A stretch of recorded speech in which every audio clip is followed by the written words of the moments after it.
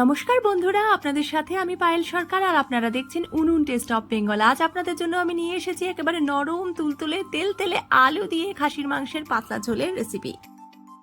1 cup তেলে আমি অল্প একটু লবণ দিয়ে আলুগুলো ভেজে নিয়েছি। আর 2 কেজি মটনের জন্য এখানে 8টা পেঁয়াজ ডুমো করে কেটে তার সাথে একটা টমেটো কুচি দিয়ে মাখিয়ে রাখা মাংস দিয়ে দিয়েছি আমি জিরে আদা বাটা, হলুদ, লবণ, সামান্য চিনি আর কাশ্মীরি লঙ্কার গুঁড়ো, সাথে ধনে গুঁড়ো, 5টা রসুন, 4টে পেঁয়াজ আর সামান্য নুন, হলুদ, 1 কাপ তেল দিয়ে মাংসটা কিন্তু মাখিয়ে রেখেছিলাম 1 ঘন্টা।